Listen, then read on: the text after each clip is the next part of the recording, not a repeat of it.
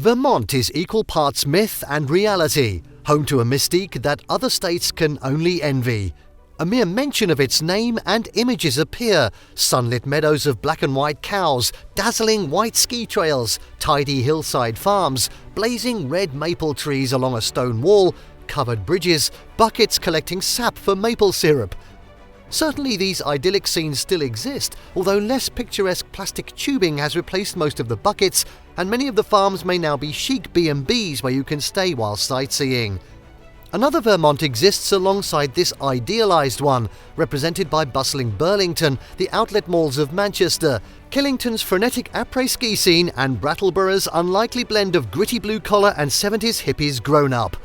In this video, we're going to be taking a look at the top 10 rated attractions and places to visit in Vermont. Before we begin, make sure to subscribe to our YouTube channel for more awesome travel guides, and make sure you hit the notification bell so that you know when we publish a new video. So let's cut to the chase. At 10, Lake Champlain. Extending for 120 miles between Vermont and New York, with its northern tip in Canada, Lake Champlain lies mostly in Vermont and draws visitors for its recreation, wildlife and historical attractions. Its watershed covers more than 8,000 square miles. Much of its 587 miles of shoreline are underdeveloped, a haven for wildlife, and one of the best places to visit in Vermont for canoeists, kayakers and sailors. On the Vermont side, 318 species of birds depend on Lake Champlain, and 81 species of fish swim in its waters. According to Samuel de Champlain, for whom the lake is named, a 20-foot serpent-like creature also swims in the lake. His was the first, but certainly not the last reported sighting of what is now known as Champy. You might catch sight of it from one of the several lake cruises, or even from one of the 3 ferries that cross to the New York side from Charlotte, Burlington and Grand Isle. I've not seen Champy myself, so I'm not making any promises. Several wildlife reserves protect its shore and neighbouring wetlands, including the Dead Creek WMA, where thousands of migrating snow geese stop to rest in late October. You can learn more about the ecology at the Eco-Lier Centre for Lake Champlain on the Waterfront in Burlington. The Lake Champlain Maritime Museum, overlooking Basin Harbour in Vergennes, explores the lake's role in the Revolution and War of 1812. You can also visit Mount Independence, an important sister fort to Fort Ticonderoga across the lake in New York and attacked in July 1777. Learn more at the Visitor Centre and explore the 400-acre site with the help of the trail maps with historical notes and descriptions. Although Champlain doesn't have the quiet intimacy of many lakes in Vermont, you'll find plenty of things to do along its shores and in its waters. Several state parks north of Burlington have sandy beaches. The longest is the 2,000-foot beach at Sandbar State Park, its gently sloping shore good for young children. You can rent boats here and on the beach at Grand Isle State Park. Except in protected bays, these waters are not for beginning kayakers, but the bays and shoreline campsites of Night Island State Park make a great adventure for those who can paddle more than 3 miles of open water. And here's a note: pay close attention to the weather forecast so you won't be caught, as I once was, in a sudden thunderstorm. Waves and wind can make a lake the size of Champlain seem like mid-ocean. Next up at 9, Marsh-Billings-Rockefeller National Historic Park. The only national park to concentrate on land stewardship in America, incorporates both a working farm and a Victorian mansion on the hill above, set in formal gardens designed by several of America's foremost landscape architects. The Queen Anne-style mansion is decorated with the finest of Victorian artistry, including embossed wallpaper and stained glass windows by Tiffany & Co. Also displayed in the house is the Rockefellers' collection of works by artists of the Hudson River School. Both rail magnate Frederick Billings and later the Rockefellers were dedicated to land conservation and used this property to put it into practice. You can walk the trails on Mount Tom, where park rangers can explain forestry practices and help identify trailside plants and trees. Tours of the art-filled Rockefeller home and grounds include themes of gardening, forestry, and their relationship to conservation. Here's a note: my kids loved getting their Junior Ranger book at the Carriage Barn Visitor Centre and taking a self-guided trip through the Junior Ranger Loop. They left proudly wearing their badges. In July and August, kids can join special events. Next up at 8, Bennington Battle Monument and Museum. The 306-foot-high obelisk, visible for miles around, commemorates the 1777 battle fought about 5 miles west of Bennington, which turned the tide against the British by splitting British General John Burgoyne's forces in half, making the final American victory possible. You can bypass the monument's 412 steps by taking an elevator to the top for views. Phew, that's a relief.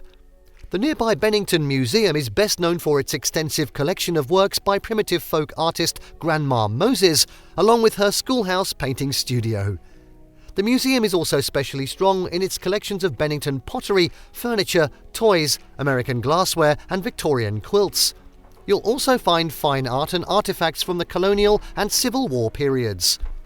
Between the monument and museum, you'll pass the lovely little settlement of Old Bennington with its 1762 Old First Church. In the cemetery behind it is the grave of Robert Frost, and fans of his poetry will want to stop, as I always do, to pay respects. His tombstone is marked with the epitaph he chose for himself. "I had a lover's quarrel with the world." Whatever that means. At 7, Quechee Gorge. Vermont's deepest gorge was formed by glaciers about 13,000 years ago and has continued to deepen by the constant action of the Ottauquechee River, which you will see flowing 165 feet below. The best place to view Quechee Gorge is from the walkway along the arched iron bridge that carries Route 4 across the top, about 7 miles from Woodstock. A trail leads through the woods beside the rim to the bottom of the gorge, where you can see the lower part of it from water level. Close to the gorge, also on Route 4, is the excellent Vermont Institute of Natural Sciences, a nature centre where injured raptors are rehabilitated and returned to the wild. Next up at 6, Vermont's year-round ski resorts. From the slopes of Mount Snow in the south to Jay Peak in the north, skiing extends the entire length of Vermont. Some of the top ski resorts in the east are here, and the state's nearly 24 ski mountains offer downhill ski experiences for everyone, from young children and beginners to experts training for the Olympics. State-of-the-art snowmaking and grooming keep slopes and trails in top condition from December through March. Winter isn't the only time you can enjoy Vermont's ski resorts, however. The larger ones have on-mountain activities all year, offering mountain slides, rope courses, mountain biking, and scenic rides on the lifts that carry skiers to the summits in the winter. Resorts at the base have spas, swimming pools, Segway rides, golf, and activities for all ages. Okemo Mountain Resort has the Timber Ripper Mountain Coaster, a spa, a mountain bike park, scenic chairlift rides, disc and miniature golf, and the Hallback Challenge course, an aerial journey from tree to tree. Killington Ski Resort has the Beast Mountain Coaster, a ropes course, and an adventure centre.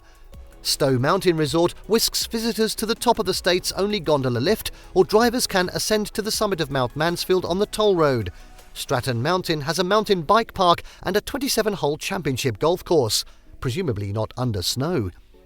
In the winter, each resort has its own individual style and atmosphere that draws its loyal fans. For example, the two major mountains in central Vermont, Okemo and Killington, although close geographically, couldn't be farther apart in style or atmosphere. Both offer top-quality skiing and boarding, but while Okemo has a family vacation vibe of a mountain ski village, after the lifts close, Killington is all about the nightlife and après-ski scene, with the road lined by evening venues as its nucleus. For me, the important thing is that they both have bubble chairlifts with domes to break the mountain's icy winds, as do Stowe and Mount Snow. And now at 5, Burlington Bike Path and Waterfront Park. A paved bicycle path borders 8 miles of Burlington's Lake Champlain shoreline, extending from Oak Ledge Park north to the Winooski River. Alongside is a graded path for walkers and runners, with benches at points with the best views across the lake. The path connects several parks that mark the shoreline, and a boardwalk forms a promenade along the central section. Here you'll find the Echo Lee Centre for Lake Champlain and Vermont's only All-America display garden, where flowering ornamental plants bloom through summer and fall. Waterfront Park is the site of several festivals in the summer, and picnic tables along the route invite a lakeside lunch. In the spring, the path is lined by brilliant blooming azaleas, and at any time of year, this is Vermont's best spot for watching the spectacular sunsets over Lake Champlain. At 4, Mount Mansfield and Smugglers Notch. Mountain Road climbs out of Stowe and up the shoulder of Mount Mansfield, past Stowe Mountain Resort, where a gondola carries skiers and sightseers to the summit. Beyond the resort, the road narrows to snake through Smugglers Notch, one of Vermont's most engaging natural attractions. The road through this pass between Mount Mansfield and Spruce Peak is so tight and narrow as it winds upward that at some curves only a single car can pass through the openings between the giant boulders. Snowplows can't get through it in the winter when the road closes just past the ski area. The rest of the year, you can park the car and walk the paths among this massive jumble of glacial rock and discover the caves where 19th century smugglers once hid. The caves and gigantic boulders were formed when the glacier stalled here during the last ice age, smashing the mountain ledges and dropping them into the notch, where they were carved and tumbled by more glacial action. Mansfield is Vermont's highest mountain, and at its top are sweeping views and more than 2 miles of ridgetop hiking above treeline. This is one of only 2 places in Vermont where rare Arctic alpine tundra exists. A number of routes reach its summit. The Long Trail crosses Route 108 at the foot of Smugglers Notch, climbing steadily for 2.3 miles to the ridgeline. Although the Long Trail traversing the ridgetop is one of the top hiking trails in Vermont, there are easier ways to get to the summit of Mount Mansfield. Built for skiers, in summer and fall, the gondola skyride is a sightseeing attraction, revealing summit views to Lake Champlain, New York's Adirondacks and New Hampshire's White Mountains. The 10-minute ride on the gondola takes you close to the Long Trail, so you can hike the summit part for the best views. Driving the auto toll road takes about 20 minutes, and from its terminus you can also access trails to the summit ridge or just enjoy the views from there. The toll road isn't scary, there are no vertical-inducing drop-offs, or I wouldn't drive it, and a lot better value than the gondola. The toll road costs less for a car and up to 6 passengers than a gondola ticket for 1 person. Both the gondola skyride and auto toll road are open through foliage season in the fall. Close to the point where the Long Trail crosses Route 108 at the base of Smugglers Notch, Top Notch Resort is a luxurious base for exploring the area, with mountain views, 3 pools, a full-service spa and a fine dining restaurant. Now you're talking. At 3, it's Hildene. Robert Todd Lincoln, son of the president, visited Manchester with his mother shortly before his father's assassination.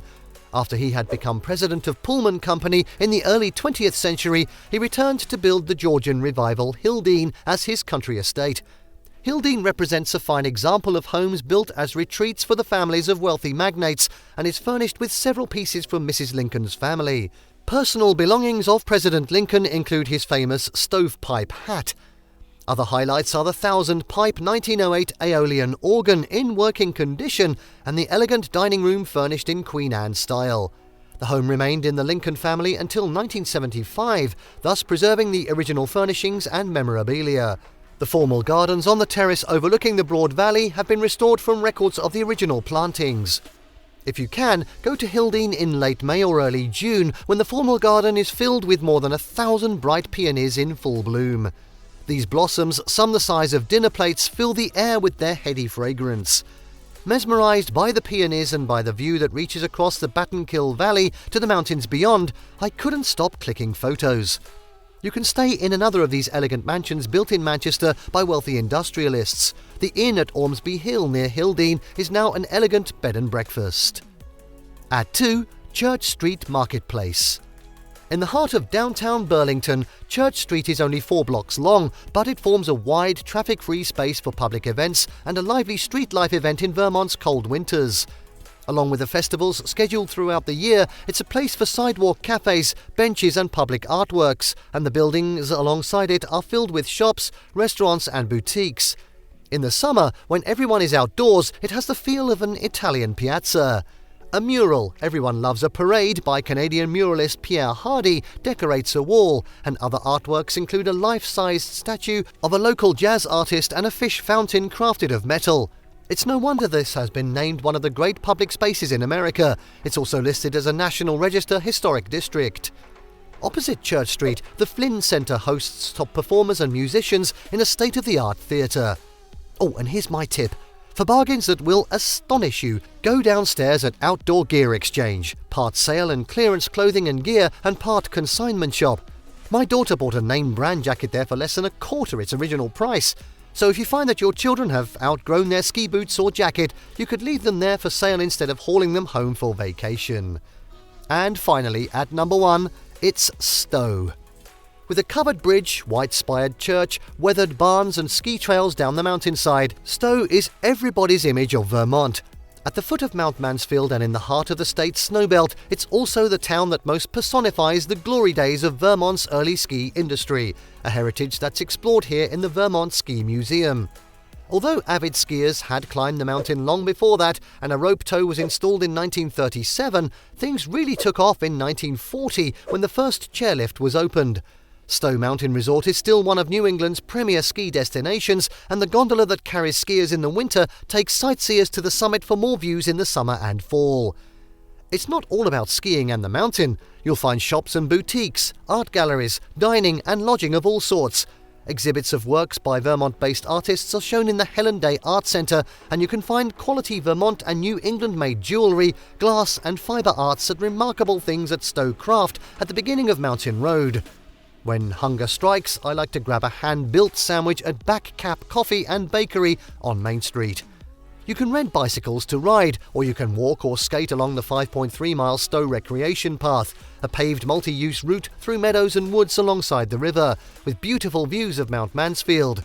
The best views of Mount Mansfield's distinctive profile are from the upper part of the path, which you can access from Thompson Park on Mountain Road.